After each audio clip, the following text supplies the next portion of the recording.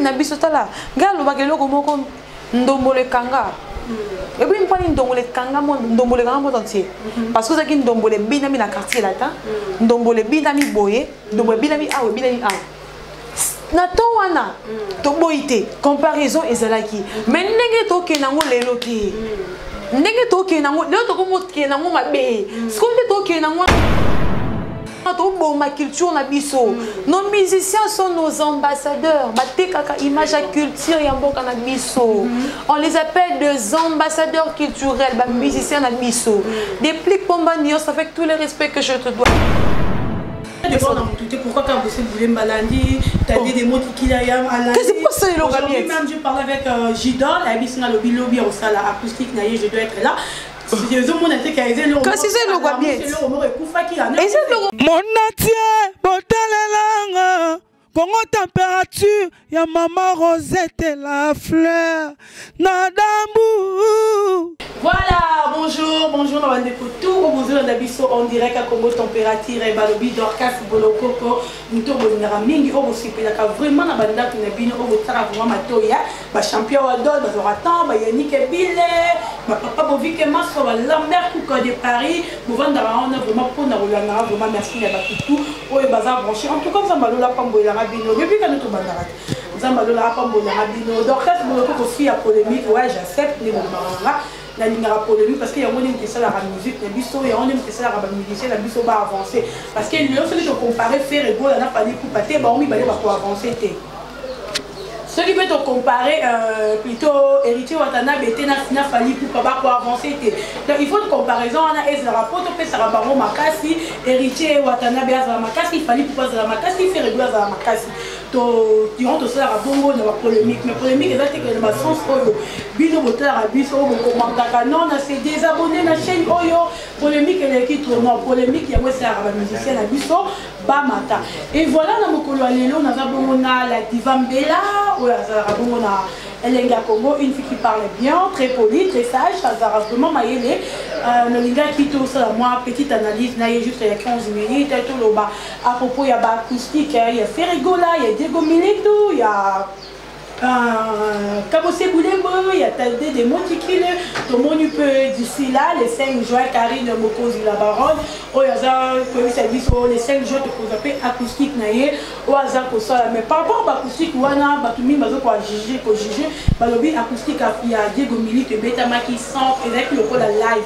Il y a une acoustique pour plutôt dans le studio, mais faire le go dans le studio, capoter studio, t'as des mots qui surtout pour t'aider, tu vas vraiment vraiment acoustique. En tout cas, là, vraiment différence à l'acoustique, peut-être la diva Mbélande et acoustique biso, tout y a différence mais ils ont l'acoustique ou un musicien musée, derrière la caméra, faut la caméra, mon invité dans la diva. Bonjour. Bonjour Dorcas Bolokoko, bonjour à tous les abonnés à la chaîne. Congo Température. Vraiment, bonjour à tous les abonnés à Congo Température aussi dans mon collection. Voilà. Voilà, merci beaucoup d'Ivambela, nous sommes là, nous sommes bien. En tout cas, nous sommes Dorcas Bolokoko, nous sommes boire à bassin. Tu es là, la boire qui te l'homme mimbo. En tout cas, on a déjà fait tout boire qui te. En tout cas. Merci beaucoup à Papa Bovik et Massoua, merci à Lambert Kouka de Paris, un grand merci aussi à Iya Papine qui n'apporte mon œil de Dieu depuis Lyon, à Maman Florence, Mawet et moi Simzambé, Nakati à Lyon, Anna, merci à vous et pourquoi pas à ma maman chérie, Maman Rosette, la fleur d'amour et puis à ma tante que j'aime bien. Chantal Elonga depuis Paris, vraiment il y a eu un mot tata de moi et voilà la Divambenga, d'abord un mot pour le bateau.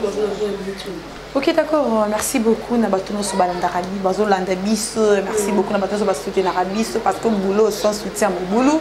Donc merci beaucoup. Là je veux de pas dire un grand coucou à Charlie Maloula depuis la Suisse, la dame de Lausanne, la number one de Lausanne, la diva te qualifie. Donc merci beaucoup Nababoli. Nous sommes à Congo Température, la moto soit qu'il likanisi ya kosala eloko mpe ya kobenga Dorcas Bolokoko mwasi ya mayele bongo evandi. Donc merci beaucoup.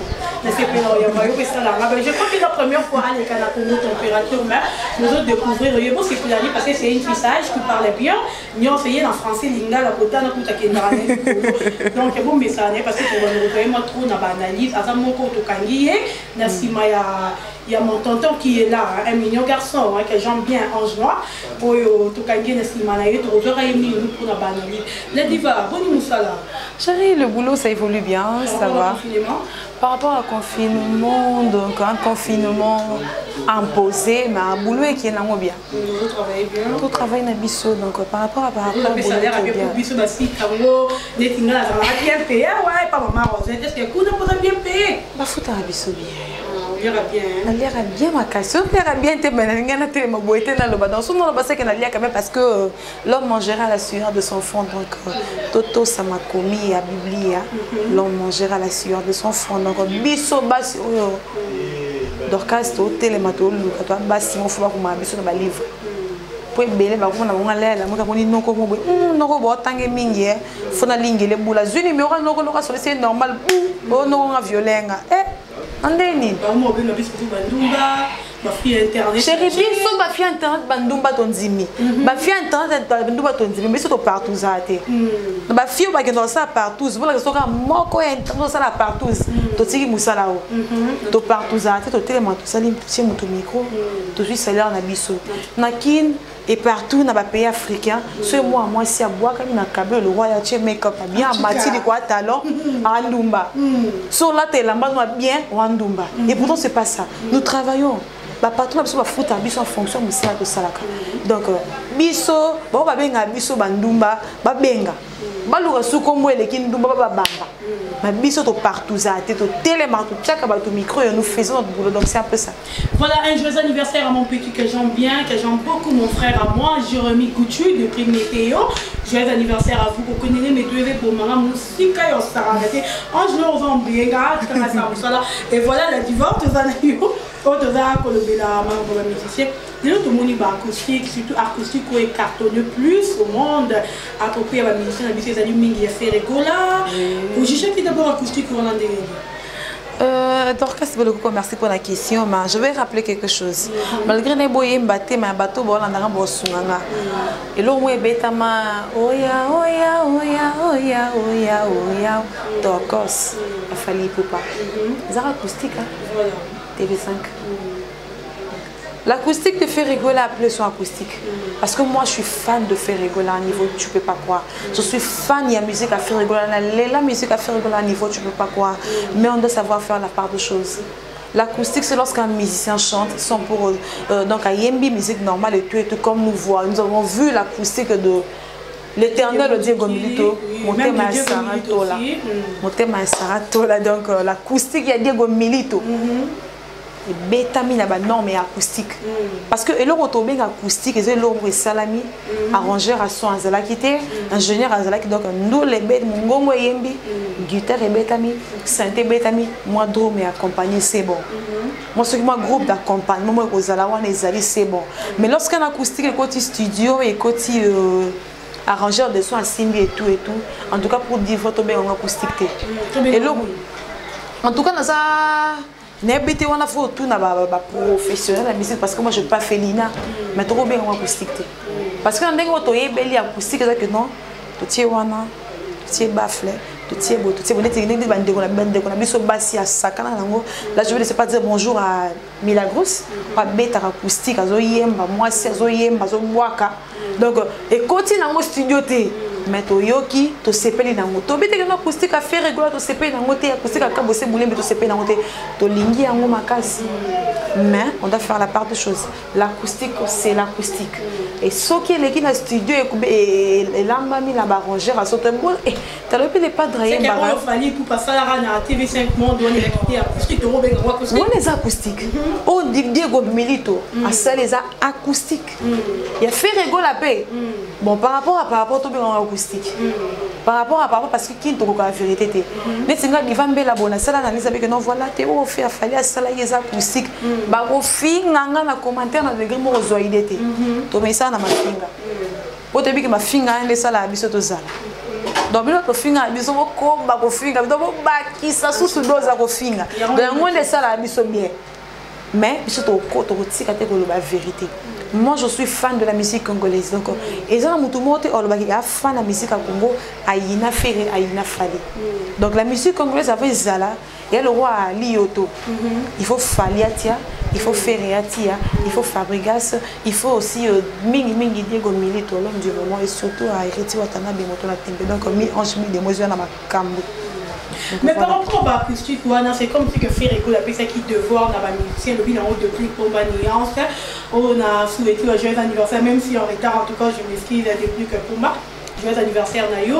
On le voit à le bilan qui devoir au Ferrego la musique qui tout le musicien. Parce que tout le monde va musicien, mais Monica Mossaye, même habillement comme Ferrego. Non, Déborah, Dorcas, pardon, tu sais.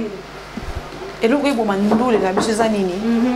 Soki ndeko mo asali lo mo ka pesa ngo devoir fala beta acoustique awa tozo ngo devoir te poani parce que Ferrego l'a dédicacé quelqu'un il a dédicacé ma musicien oyo kombo elaki na mutu na enregistrement que non il faut tomber ngo devoir non musique na biso tala ngalo bakelo ko moko ndombole kanga et puis mpani ndombole kanga mo ndombole kanga mo entier parce que ça ki ndombole binami na quartier là ta ndombole binami boye ndombole binami awe binami awe na to wana to boité comparaison ezalaki mais ndenge to ke nango lelo te ndenge to ke nango lelo to ko ke nango mabe skonde to ke nango na to boma culture na biso nos musiciens sont nos ambassadeurs batekaka image à culture ya mboka na biso on les appelle des ambassadeurs culturels ba musiciens na biso depuis Pomba Nios avec tous les respects que je te dois l'acoustique de Ferrego là ne pas en devoir à domicile Ferrego là a représenté la culture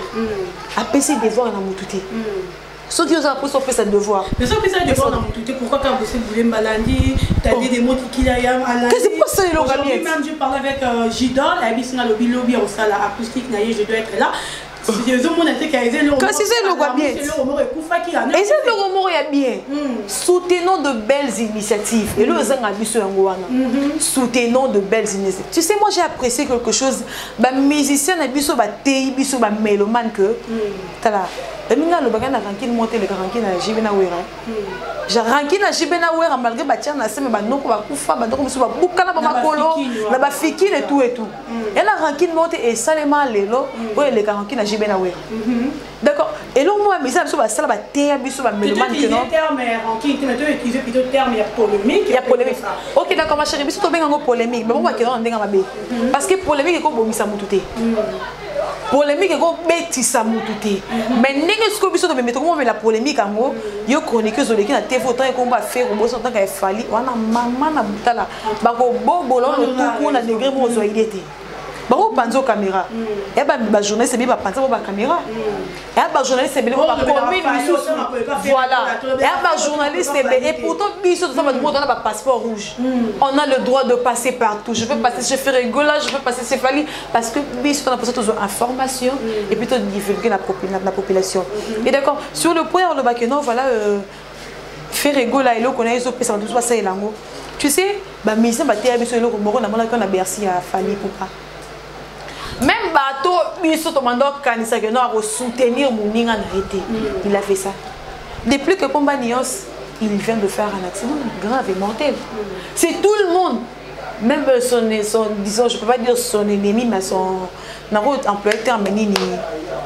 adversaire na sur le point musical Fabregas Maïso Akoma message me voilà mon frère je te soutiens et tout depuis partout tombe message va ça là que ils ne font pas ça pour nous prouver qu'ils sont hypocrites non bala qui sera biso que musique ba betaka même si o abeti ko leka muninga ezaka pour ko valoriser culture na biso moko nde ba mélomane nde to linga to komisa ngo par ndenge to kendara nango donc l'acoustique de Ferrego c'est pas un devoir à domicile Ferrego a tomboli culture na biso il a valorisé ce qui ba tumsu ba ba salango yana beso bana beso ma culture biso likolo tous les musiciens acoustiques et voilà t'as l'objet difficile à finalement donc oui il y a un acoustique bon côté zo zela malheureux acoustique à carré no konzi acoustique en tout cas il y a un acoustique monté et zo zela malheureux acoustique à carré no konzi en tout cas moi cette femme je la soutiens à 100%. Pourquoi? Parce que ton assistant est mort. Ce qui n'est pas il faut y aller au final, il faut tambour. Et pourtant, c'est pas bien. Cette fille a connu beaucoup de choses. Beaucoup de gens ont voulu l'enterrer, beaucoup de gens ont voulu ce qu'ils ont voulu, mais grâce à Dieu, elle est ce qu'elle est. Sinon, on doit aussi, pas seulement que les Canadiens fait qu'au finga, mais aussi soutenir de belles initiatives. Pardon. Voilà. Ce qui est moi, c'est ce que moi, c'est pas facile. Pourquoi on a studio qu'on met à chant, donc c'est pas facile. Donc il faut toujours soutenir et surtout dans la bâtonnière sur la panne, sur tout il y a des délais. To liker, to partager la chanson Confinement de Cannes, nous on dit la baronne en featuring avec Clark de Nova, ça serait une bonne chose. La place à Rofina. Merci beaucoup la diva, merci à Richie Kapinda, soutenons tous les Shadrach et Disco avec mon cordon, mon caméraman, tout soutenir en 100% et ça va vraiment bien, vraiment. Champion Wadol depuis La Rochelle, papa et Batanela, na Wadol, vraiment tout soutenir Shadrach et Disco et ça va vraiment bien. So vous saluez à moi et à l'oka vous saluez pour la Dorcas, Boloko, quand il y aura Dorcas, Boloko, puis à Sali, en tout cas et ça on est sur tout bolinga, il va fanatique nanga, bateau vous se peu importe polémique, maman Charlie Kunga, Miss de demander depuis longtemps, vraiment voter le moment de soutenir Charlie, Shadrach et Disparate et voilà. Les autres dans l'émission, mon collègue Kofi Olomide, chez notre confrère Franck Stémal, le Bibongo 2021, à Zobeta encore Rena, et ce qu'il fallait avec Takitobe dans ex-Bexi. À notre grande surprise, au Moniwana, ils ont dit que Kofi a confirmé, Pesa Yemora le meilleur musicien, donc musicien, le numéro 1, il y a tout le musicien, il y a génération Oyo. À telle génération à Baboté, à telle génération au Stéphanie Poupa, où il y a invité encore à Rena. Ok, d'accord, Dorcas Boloko, merci. Moi, Divambella, je ne suis pas à la hauteur de contredire le grand Mopao, Kofi Olomide. Sonia Mbele Babetara Kofi, avec tout le respect. Je ne suis pas à la hauteur de contredire. Pour nous, on a lingala, on a mesure, il y a ballon, il y a boya, il y a lobité. Ma, on a le babo. Tout le monde fallait pour faire sa musique. Mais avant, fallait pour pas ça. Tu sais, avant que tu sois, il faut que tes ennemis basala. Il faut que l'adversaire nous basala. Donc aussi, il fallait pour pas essayer qu'il joue parce qu'il a connu des adversaires. Il a bossé dur. Et puis il était il faut bosser. Donc c'est grâce à un travail à Nokoana, travail à un sur de celle que non fallait pour pas donc il fallait pour pas aller qui fait rigoler, qui a bossé Boulembi. On a une analyse personnelle. Mais dans Kolobango, ce n'est pas intéressant. Parce qu'on ne peut pas parler de la musique congolaise tout en parlant de Fali pour payer mon non. Mais donc, si, c'est normal. On a maman biso. On a fait exemple. Moi, maman biso. Arobo mamuto pona moi donc maman biso allez là la degré moi soyété. Maman biso elle est fan de moi. Quand maman elle est non voilà elle c'est ma fille. Elle est journaliste parce que moi j'ai fait les journalisme à l'université. J'ai eu le temps d'aller à l'école. J'ai fait l'école, j'ai fait l'humanité, j'ai fait l'université. Donc maman biso azara fière nanga. Mais pour la robeta di solo nanga la famille azara fière nango. Donc il en est de même avec le grand Mopao. Kofi Olomide c'est fallait pour pas ça produit à Kofi Olomide. Donc quand il a quitté Kofi Olomide à sa carrière solo naïe comme Diego Milito a quitté la team Wata pendant sa carrière solo naïe. Donc c'est normal, c'est logique. Parents monter à Zakana même ça gangel moine yo ou ça dit ma bé na mi so botu jamais robeta. Ce qui maman au moins les parents moi robeta ma solo moine les bana c'est bon les baisser gandoki. C'est ce que Nani Kofi Olomide a fait. Moi na osala et ça pour honorer au moins les azad débordé na joie comment on a que moi na oye encadra qui et aujourd'hui quand il voit Fali pour pas de Fali Toké et aujourd'hui Fali pour pas l'homme de juste une danse humanisme et autres il fait bouger le monde parce qu'il faut le dire il faut Fali pour pas faire bouger le monde il fait pas seulement bouger Kinshasa il fait bouger le monde il a plaisir à déborder dans sentiment déborder de joie il y a moi zone lobela moi n'est que non à un numéro 1 Mais avant qu'il y ait de numéro 1, il faut qu'il y ait un numéro 2, un numéro 3. Parce que de Yomoko, jamais au Koba, non, voilà, c'est numéro 1. D'ailleurs, il y a un numéro 1. Non, c'est un classé. C'est un classé. Non, c'est un classé. Non, à mesure, il y a contredire le grand mot Pao. Je ne suis pas en mesure de le contredire. Mais moi, je dis, il n'y a pas de numéro 1 sans qu'il y ait un numéro 2, sans qu'il y ait un numéro 3. S'il fallait pour pas essayer qu'il est aujourd'hui parce qu'il a connu deux adversaires. Adversaire, ma casse, il a fallu pour pas.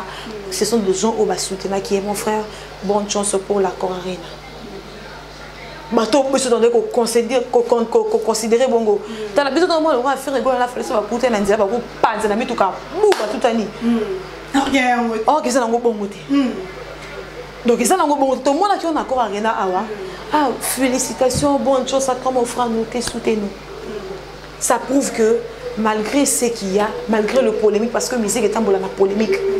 Polémique n'est pas de sur internet, c'est qui est en côté. Parce que c'est la guerre. Mais dès qui est en haut, bon, la musique est en polémique, mais entre temps, Nassima Yawana, ce sont deux frères. Tous les Congolais, Bissonioso, donc Bissonioso, Banamboka.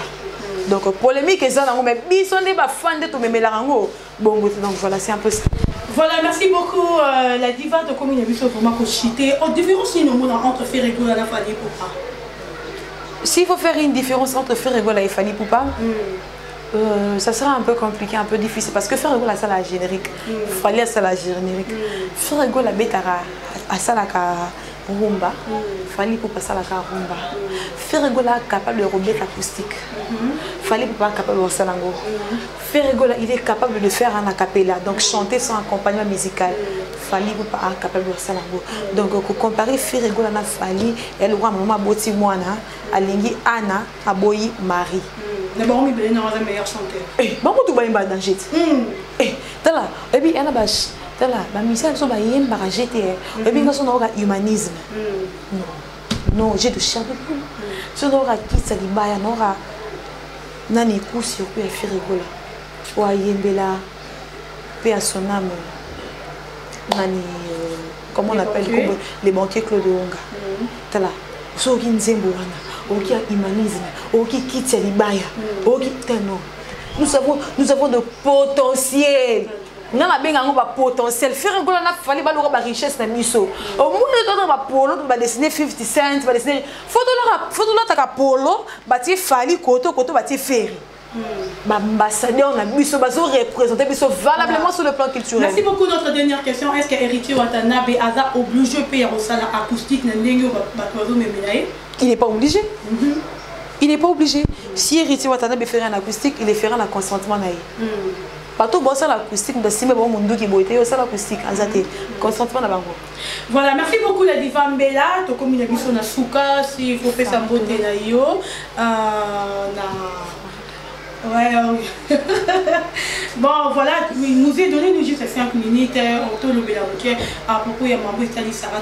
Aujourd'hui beaucoup de musiciens musiciens qui n'ont pas tout pour acquitter Sarah tout qui a fait sa carrière. Il y a Diego Milito pour les canaux de télévision qu'on finit à musicien qu'on m'a fait pour la milite surtout on a battu belé ba yininga pour na Sarah tout la mingi au bani.